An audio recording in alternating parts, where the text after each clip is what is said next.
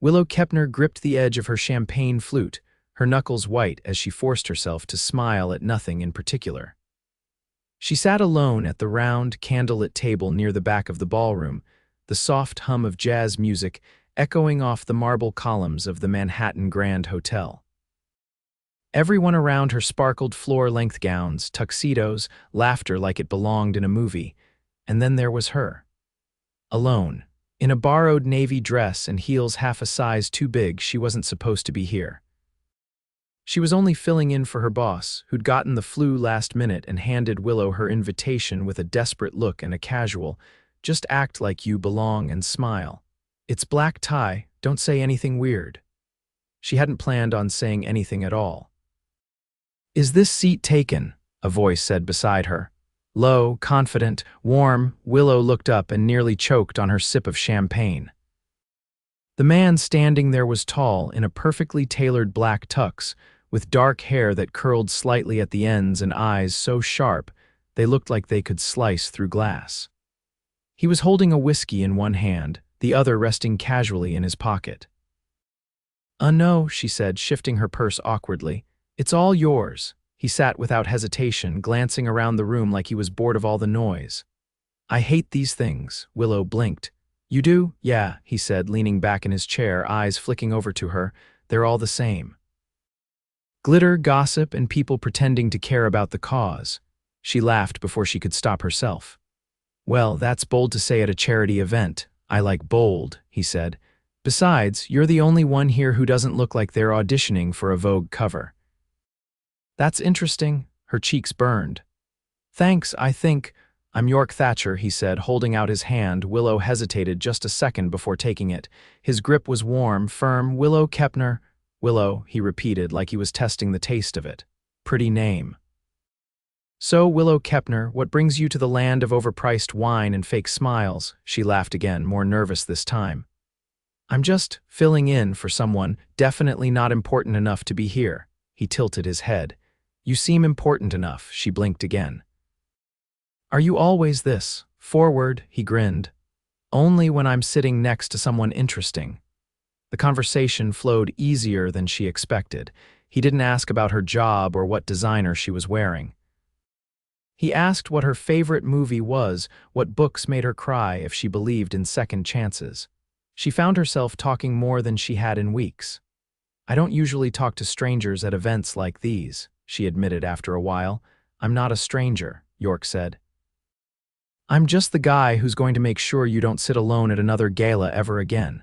She laughed, but there was something about the way he said it that made her stomach flip. He didn't say it like a man making a flirtatious joke. He said it like a promise.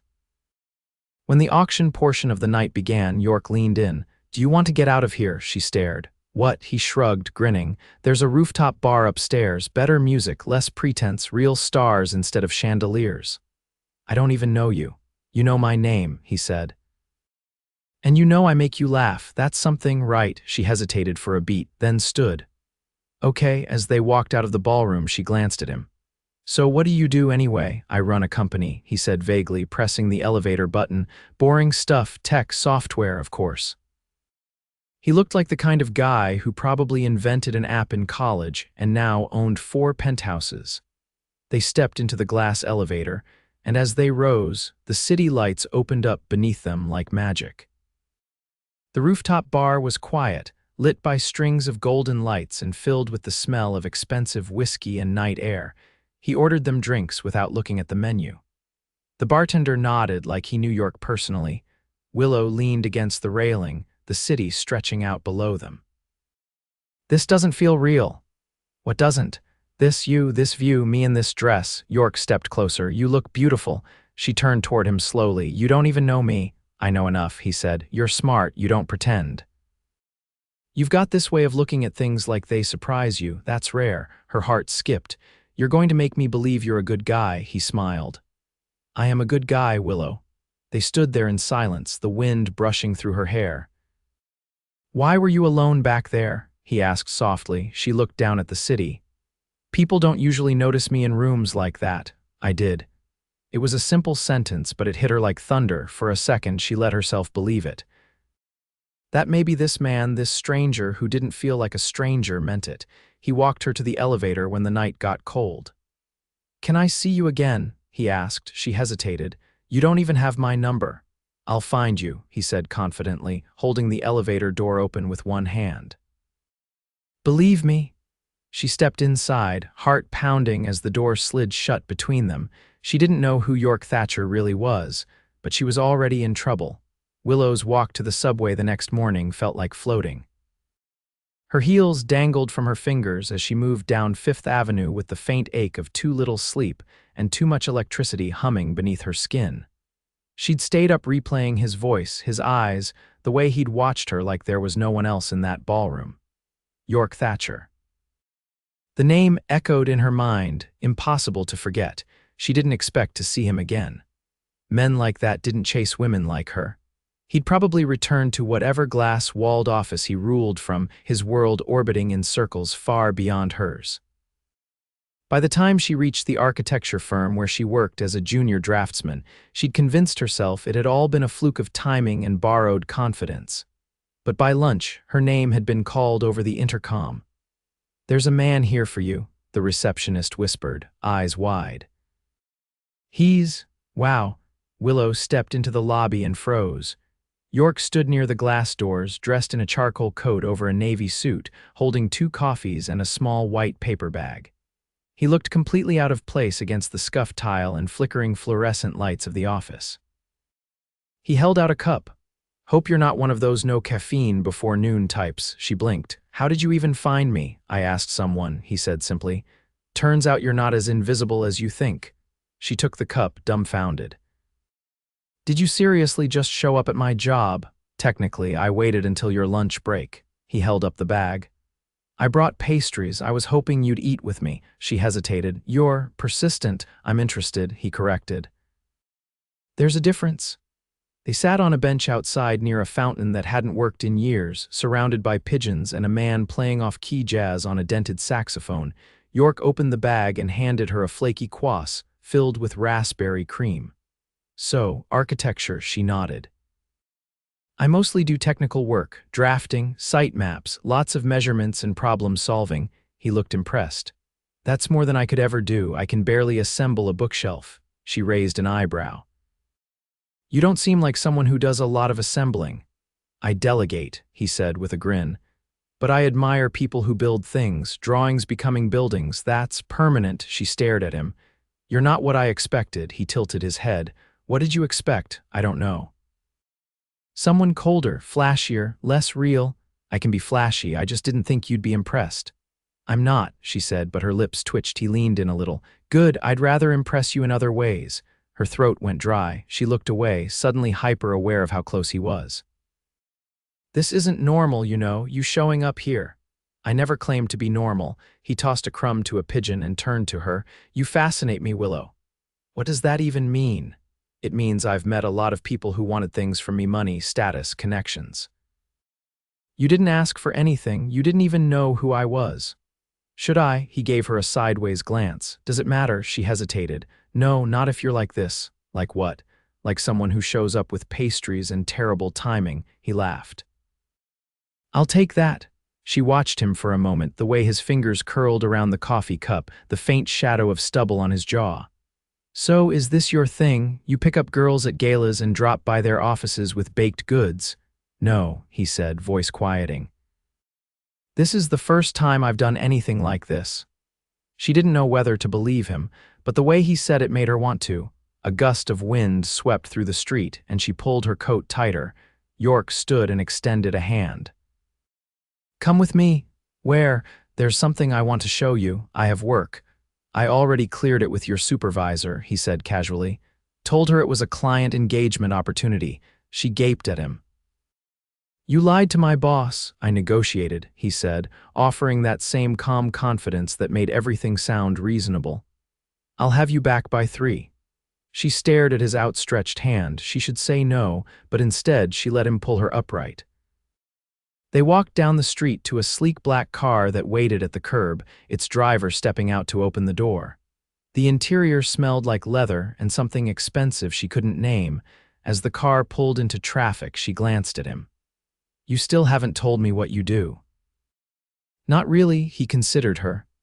I own a company called Viron, her brow furrowed. I've heard of that. You probably have. We work with data infrastructure and cybersecurity. Her mouth dropped open. Wait, Viron. As in the one that just bought out half the East River Tech Corridor, he met her gaze. That's the one. You're the CEO. I founded it. She stared at him, her heart flipping into something dangerously close to disbelief. That's not just running a company, that's empire level. He looked almost apologetic. I didn't want to lead with that. She shook her head, dazed. Why? Because I wanted to see if you'd still look at me the same way. She didn't answer. The car turned into a private driveway lined with trees, stopping at the base of a sleek, two-story building made entirely of glass and steel. Inside, teams of people moved in a rhythm, some behind glowing monitors, others in glass-walled meeting rooms. This is the hub, Yorke said, holding the door for her. Not the main headquarters, but the place where things happen fast. They walked through the space, past interactive displays and prototype labs. It felt like stepping into a future she never realized was being built in her own city. He led her to a rooftop deck, this one higher than the bar they'd visited, with a panoramic view of the skyline. I come up here when I need to think. She turned in a slow circle. This is incredible. I wanted you to see it. His voice was quiet now. Because you're not just a girl I met at a gala, you're someone I want to let in. She froze. Yorke stepped closer, his eyes searching hers. I don't know what this is yet, but I haven't stopped thinking about you since that night. She felt the wind lift strands of her hair, her heart thudding. I'm not used to this, she whispered. Neither am I. That's why I know it matters. She didn't know what to say, so she didn't say anything at all. She just let him take her hand. Willow stood in front of her bathroom mirror days later, staring at the reflection of a woman she barely recognized. Her cheeks were flushed with something she wouldn't name, her eyes brighter than she remembered. She hadn't worn this blouse in a year, the silk one with the delicate buttons she always saved for interviews or weddings. But she'd pulled it out this morning without hesitation. An invitation sat on her kitchen counter, thick cream cardstock with her name written in elegant black lettering. The envelope had arrived by courier, not mail, a silent message that the sender didn't wait in lines or rely on postal delays. Yorke had written nothing inside except a time, a location, and a name, Cecilia. It was a restaurant she'd only ever seen in magazines, one of those places with a 6-month wait list, where the plates were more art than food, and the chandeliers looked like they belonged in a palace. She'd stood outside it once during a college internship, watching a valet open the door for a woman in a gown that could have paid her rent for a year. Now she was stepping through those very doors, her coat taken from her shoulders before she could blink, a hostess guiding her with a practiced smile and a nod of recognition. A candlelit table waited in a corner alcove, surrounded by curved glass walls that gave a sweeping view of the city. Yorke stood as she approached, wearing a tailored suit in deep charcoal, his tie a quiet navy that matched the color of the sky outside. You came, he said, pulling out her chair. I almost didn't, she replied, sitting carefully. But you did. She gave a cautious glance around. This place is like another planet. It's just dinner, he said, though nothing about the room suggested simplicity. A waiter appeared like a shadow, pouring sparkling water into crystal goblets. No menus, no prices. Just a quiet murmur of, "Chef has prepared something special for you both," before vanishing again. Willow folded her hands in her lap. You didn't have to do all this. I wanted to, Yorke said, reaching for his glass. I've spent my life in rooms like this. It means more when I'm not just here for business. She tilted her head. So this isn't a negotiation, depends, he said. Are you open to persuasion? Their first course arrived on delicate porcelain, something golden and crisp, garnished with edible flowers and a whisper of saffron. Willow hesitated, then took a bite and nearly dropped her fork. That's illegal, she muttered. Yorke laughed. You get used to it. Then I don't want to. His expression softened. I like that about you. She looked down at her plate. You don't know everything about me. I don't need to, he said. That's what this is for. She studied him for a moment. Why me? His brow furrowed slightly. What do you mean, you could have anyone? Someone who fits into this world without blinking. Someone who wouldn't blink twice at any of this. I don't want someone who fits into it. Why not? Because I've already had that, he said, voice dipping just enough to make her pause. It was empty. Willow didn't ask him to elaborate. Something in his tone suggested closed doors and long shadows. After dessert, a delicate tower of honeycomb citrus mousse, and something that shimmered faintly in the candlelight. They stepped into the chill of the evening. The valet pulled up in a vintage Aston Martin, gleaming under the streetlights. "Let me show you something," Yorke said as he opened the door for her. She hesitated but slid into the passenger seat. They drove in silence for a while, the city unfolding beneath them as they climbed higher into the hills. Eventually, Yorke stopped in front of a wrought iron gate that opened automatically as they approached. The car pulled into a long driveway lined with olive trees and soft path lighting, revealing a modern home perched on the edge of a cliff. It wasn't massive, not in the way mansions usually were. But it was striking concrete and glass and wood, balanced like it belonged to the land.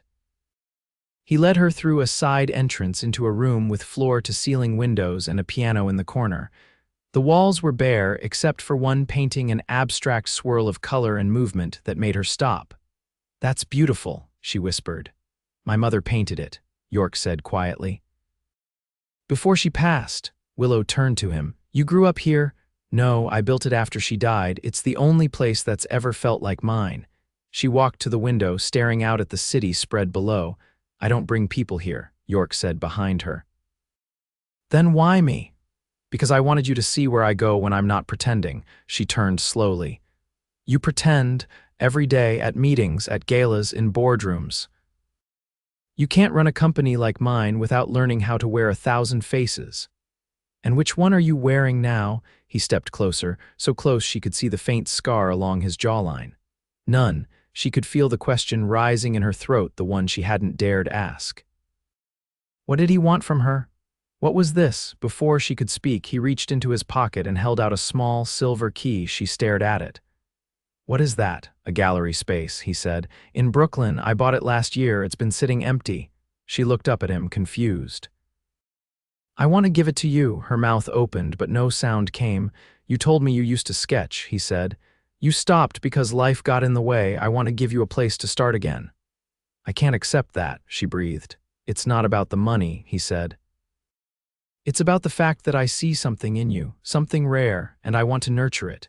Tears prickled at the backs of her eyes, uninvited and unwelcome. "I don't know what to say." "Say you'll think about it."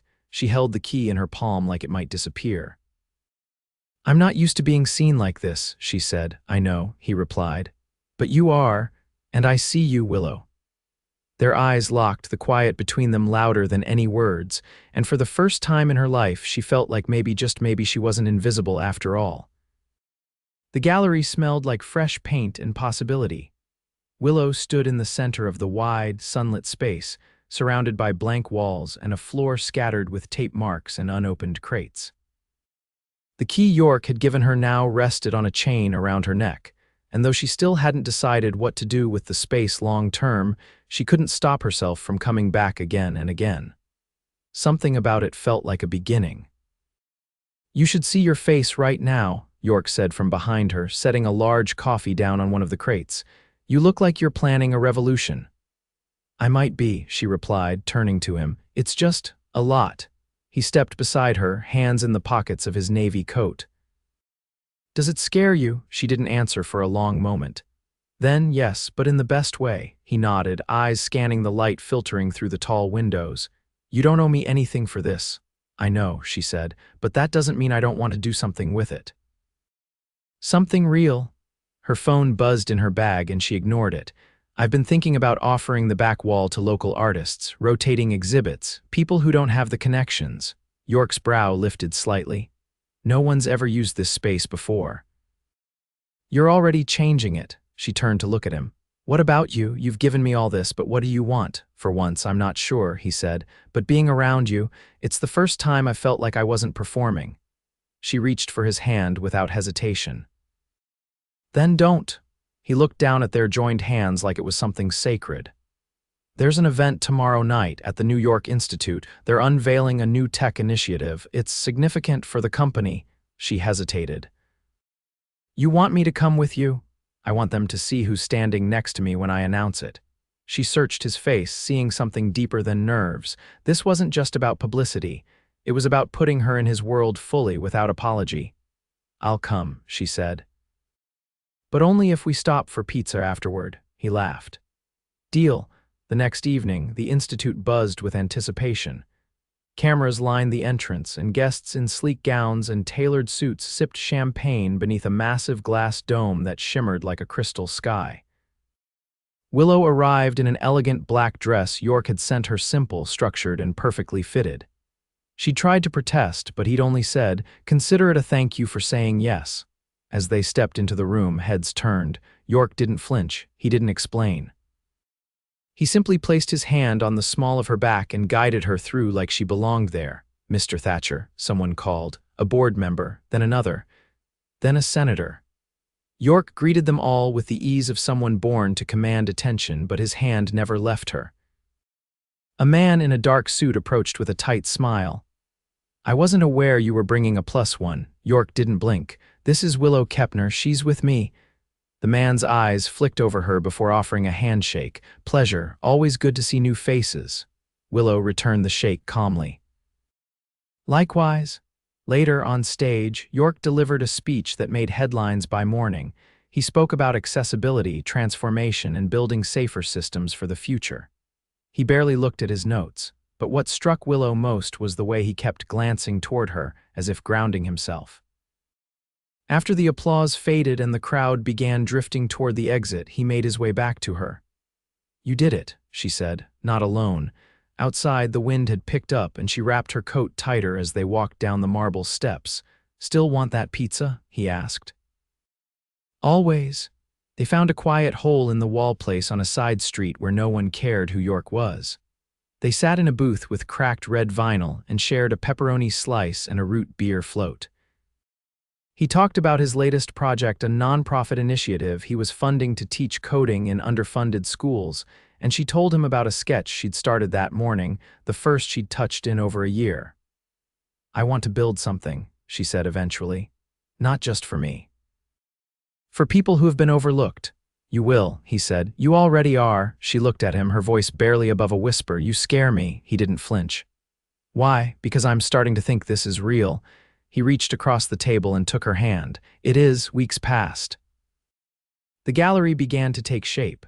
Willow painted the front room herself, often barefoot and covered in specks of color. Yorke would bring lunch, sometimes tools, sometimes just himself. He never hovered. He simply showed up. He introduced her to his closest team members, not as a guest or a date, but as someone who mattered. And when he took her to a quiet dinner with his older sister, a reserved woman with Yorke's eyes and none of his polish, Willow saw how rare that was. One evening, as they stood in the gallery watching the sun dip below the skyline, he turned to her with a look she hadn't seen before, something raw and unguarded. "What?" she asked, stepping closer. "I didn't expect this," he said. "You walked into that ballroom, sat beside me, and everything changed." She rested her forehead against his chest. "I didn't expect you either. I don't want to go back to how things were before." "You won't have to." His voice dropped. "I love you, Willow." She lifted her head, eyes shining. "I love you too." He reached into his coat pocket and pulled out a small velvet box. "No," she breathed, heart already racing. "Yes," he said. "Not because I have to, not to prove anything, just because I want to build a life with you." She opened the box slowly. Inside was a ring, simple, elegant, with a single sapphire set beside a diamond. "I don't need an answer tonight," he said, "but I needed you to know." She didn't hesitate. "You already know the answer." His arms wrapped around her as she whispered yes against his jaw, and the city lights flickered on behind them like 1,000 quiet promises. The gallery would open a month later with Willow's first exhibit, a collection inspired by moments of quiet transformation. The last piece, hung at the exit, was untitled, but anyone who saw it knew what it meant. It was a sketch of two people at a candlelit table. One woman sitting alone, and one man noticing her like he already knew. They never sat alone again. Willow stood in front of the mirror in the dressing room of the gallery, her hands trembling slightly as she adjusted the gold earring that caught the light whenever she moved. Outside, the soft murmur of voices floated in, punctuated by the clinking of glasses and the occasional burst of laughter. The official opening night had arrived. She had invited only a small list curated intentionally. Local artists, a few press contacts, and the handful of people who had supported her through the quiet, uncertain days of building everything from scratch. But the room was already full, buzzing with energy that vibrated through the walls. Yorke knocked once before entering, his tie slightly loosened, his sleeves rolled just enough to hint that he'd been helping rearrange frames earlier. He held a single white tulip, long-stemmed and perfect. "You look like you built this place with your bare hands," he said, handing her the flower. "I basically did," she replied, taking it and inhaling the faint, earthy scent. "I think I still have paint in my hair." "Don't fix it," he said. "It makes you look like the kind of woman who doesn't wait for permission." She stared at him. "Are you nervous?" He leaned against the doorframe. "I've pitched to shareholders with $100 million on the line, but watching you step into a room filled with people looking at your art.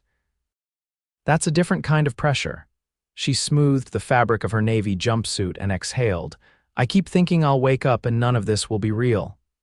"I've seen your lease agreement, the permits, and the invoices. It's real, romantic," she teased. "I have my moments." They stepped into the main gallery together, and the crowd turned toward them like a tide shifting. Willow caught several people already standing in front of her final piece, a wall-sized mixed-media installation layered with charcoal, oil, and fragments of old blueprints. Each section had a small handwritten plaque beneath it, but no titles. A woman with silver hair and a bright red scarf stepped forward. "Are you the artist?" Willow nodded, the woman's eyes shone. "I haven't felt this moved by a piece in years. The way you use negative space, it feels like silence that's been made visible." Willow blinked. "Thank you, that's everything I hoped someone might say." Yorke quietly stepped aside as she was pulled into conversation after conversation, questions about her process, about how she chose her materials, about whether she would be mentoring young artists. The questions didn't intimidate her, not anymore. She answered them not like someone trying to impress, but like someone who had finally realized that what she had to say mattered. Later, when the crowd began to thin and the air was thick with the scent of wine and flowers, Yorke returned to her side. "You didn't need me tonight," he said. She turned to him. "That's not true. You would have dazzled without me, maybe, but it wouldn't have meant the same." He brushed her hair gently behind her ear. "There's something I've been waiting to do." She raised an eyebrow. "If this involves a second ring, I'm not sure my heart can take it," he laughed. "No rings tonight, just this." He gestured for her to follow him. They crossed through the back hallway to the small private office she hadn't used yet. On the desk sat a slim, matte folio folder. She opened it slowly. Inside were legal documents. "What is this?" she asked. "It's a foundation," he said. "In your name, the Kepner Fund. Its goal is to provide resources and mentorships for underrepresented artists. You'll have full creative control." She stared at him, speechless. "I didn't want to give you something that came from me," he continued. "I wanted to build something with you." Her throat tightened. "You didn't ask me." "I didn't think you'd say no." She threw her arms around him before she could speak, burying her face against his chest. "I don't deserve this." "Yes, you do," he whispered. "You've always deserved this." They stood like that for a long time. Neither of them rushed to fill the silence. It was the kind of quiet that didn't need explanation. Later that night, after the last guest had left and the gallery lights dimmed, Yorke took her hand and led her to the rooftop space they hadn't opened to the public yet. The city glowed around them, a patchwork of light and shadow. "I used to think love was about admiration," he said. "But with you, it's about recognition. I see you, and you see me, not the company, not the title, just me." She cupped his face. "I don't want your world, I want our world, one we build together." He kissed her slowly, like time didn't matter. And when he pulled away, he rested his forehead against hers. "Then let's build it." They moved in together by the end of the month, not into one of Yorke's penthouses, but a brownstone in Brooklyn they renovated side by side. The gallery grew in reputation, but more importantly, it became a place people whispered about with reverence. A place where artists found their voices. Yorke scaled back his hours, placing more trust in the executive team he'd trained. He spent his mornings reading on the sun-soaked porch, and his evenings helping Willow hang new pieces. They never married in a cathedral or made headlines with their vows. Instead, they exchanged promises over breakfast one morning, rings tucked into the corner of a napkin. She wore his on a chain around her neck. He never took hers off. Years later, a little girl with paint on her cheeks would toddle through the gallery's empty halls before opening hours, her laughter echoing off the walls her mother once painted by hand. And Yorke would lift her onto his shoulders and say, "Your mom built this." And Willow would smile softly, watching the two of them, and think, "No, we built this, together."